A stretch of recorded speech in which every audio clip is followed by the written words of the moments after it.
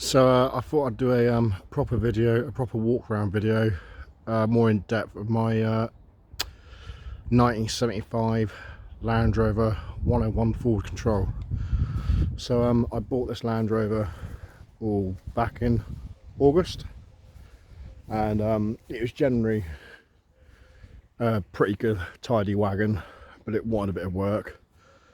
And I got it back on the road end of last week. It come back on the road, so I bought it in August. I bought it up in Yorkshire. Actually, there's a program on telly called Bangers and Cash. They're a classic car auctioneer centre, and we bought it just up the road from there. It was quite a good day out. We went and visited Matthewson's Bangers and Cash as well, and had a good look around and looked at all the classic cars they had. But anyway, yeah, so I bought this up in Yorkshire in August. I've always wanted one, and I've been looking for one for a long time.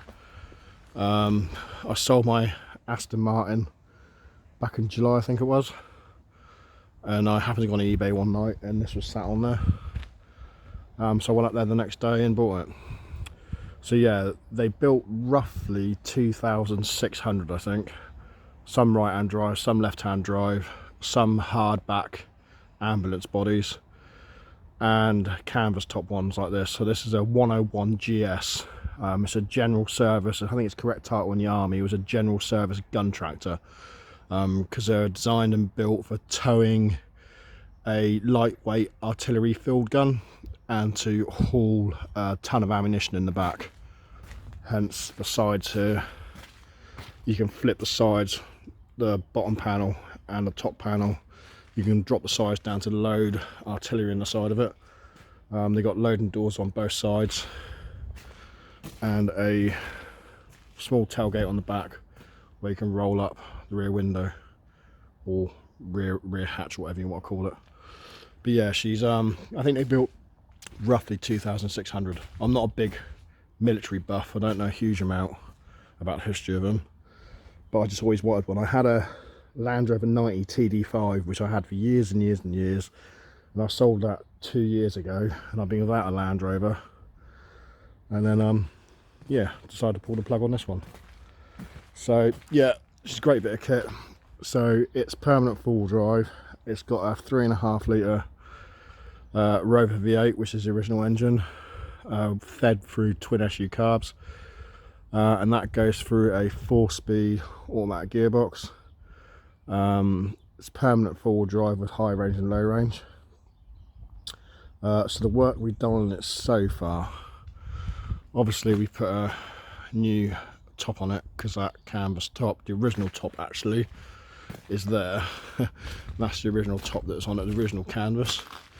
As you can see, it's absolutely knackered, but it's doing a good job of covering up the Series 1 Land Rover at the moment because it fits right over it. So we put this new sand top on it. We have put all new brakes on the front, new shoes, new pistons. We've done the hub seals both sides on the front axle because they were leaking. When we first got it, it was on 35 by 10.5 by 16 tyres, quite a modern, huge, chunky, horrible modern tyre. Drove horrible down the road on these horrible tyres.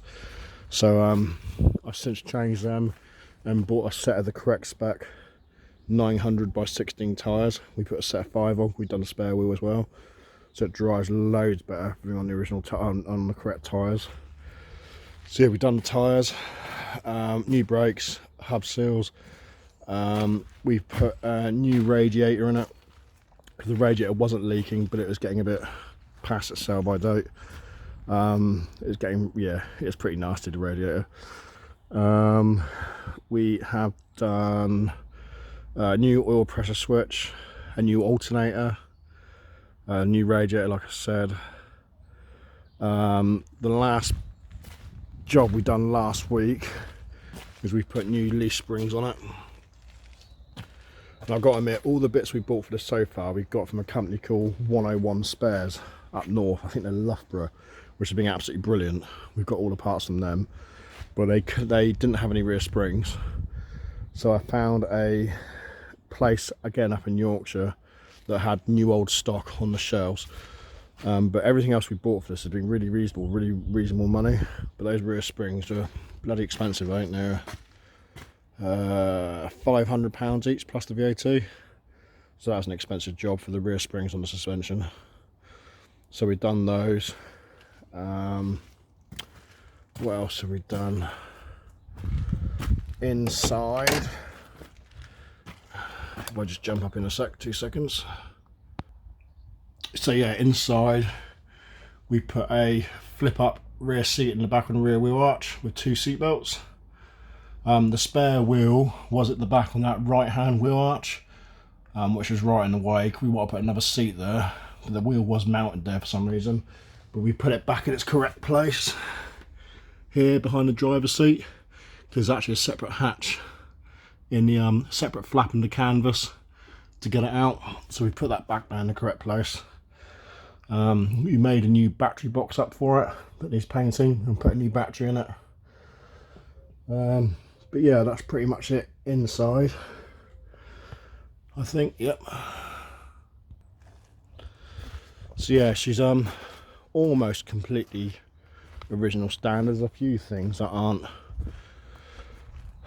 original. So these 101s, as far as I'm aware, didn't come fitted with power steering.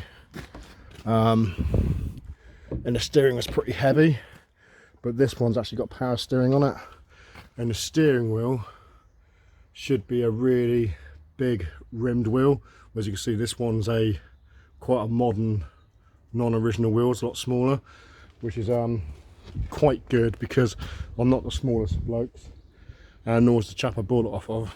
So the smaller wheel gives you a lot more room to get behind the steering wheel. It's actually quite comfy now once you're in. You just got to get your feet around the steering column because it comes right down between the pedals. But this one's actually fitted with power steering. I don't know who done it, but the reservoir is here for this power steering, and because it's got the smaller steering wheel, and it's got power steering on it, the steering's actually really light, and the steering lock on these things is absolutely immense. It's got a superb steering lock on it. But yeah, that's a added bonus. But apart from that, I think it's pretty much factory original. Like all my vehicles, it's no restoration project, i.e. it's not being gone through and made to look 100% like new, because I'm not about that. I like things to be in their work clothes, so to speak. I like the fact it looks a bit worn and not all shiny and new. A bit like my old Ford Major up there. I like the fact that it's in its original state, a bit more character to it. Hello goats. Good boys. But yeah, but she runs a treat, she drives a treat. I've just been out in it today for about an hour and a half, done a bit of a run around the forest, and great fun to drive, a bit agricultural, but yeah, it's really good fun. On the front here you can see you got the obligatory shovel, pickaxe head and pickaxe handle, and the starting handle.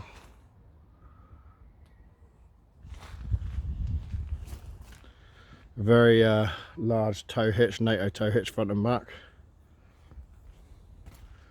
But yeah, so inside it's pretty basic. So you got that very weird angled gear stick. The linkage we went through as well, actually we changed the joints on the linkage because the gear linkage, to getting it in and out of gear, was a bit of a pig. The linkage was all worn, so we rebrushed that and it now goes into gear lovely. And then the red lever is high and low range, and then handbrake, then choke control all down there. Up on the dash is the reservoir pots, hydraulics for brakes and clutch, and then you just got the ignition key, the wiper switch, And then around on this side, you got the MOD multi-position light switch.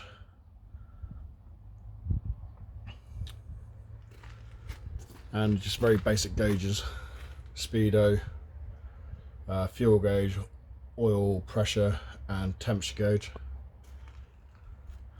Like I say, once you actually get in it, it's actually quite comfy. The seats are really comfortable. Yeah, and it drives lovely. It does drive really well, so I'm really pleased with it. I do have all the paperwork and history for its military history, which I might do a video on at some stage actually if anybody's interested. The history of the vehicle, what it did while it was in the army. She was released, so she's a 1975 build, because I believe they built these from I think 75 to 79. I'm not 100% sure, but I think it's 75 to 79. And this one was released from the MOD in 1997, which I believe is also quite a late release date as well.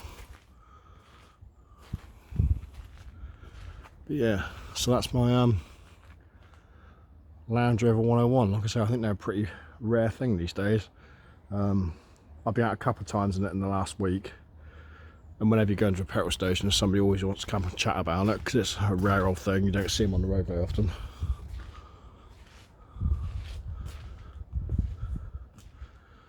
It's a bit different from my other vehicles, my Volkswagens and stuff.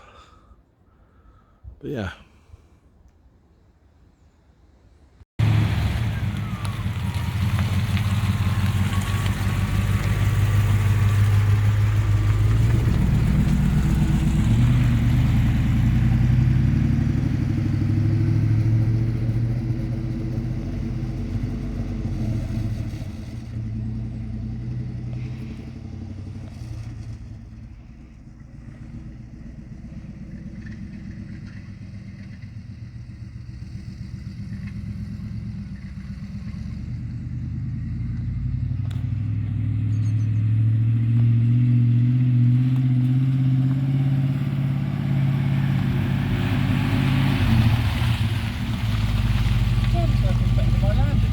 Steering looks brilliant. It's not bad, is it? When you turn it, it does that. It's probably me pulling on it when I get into it.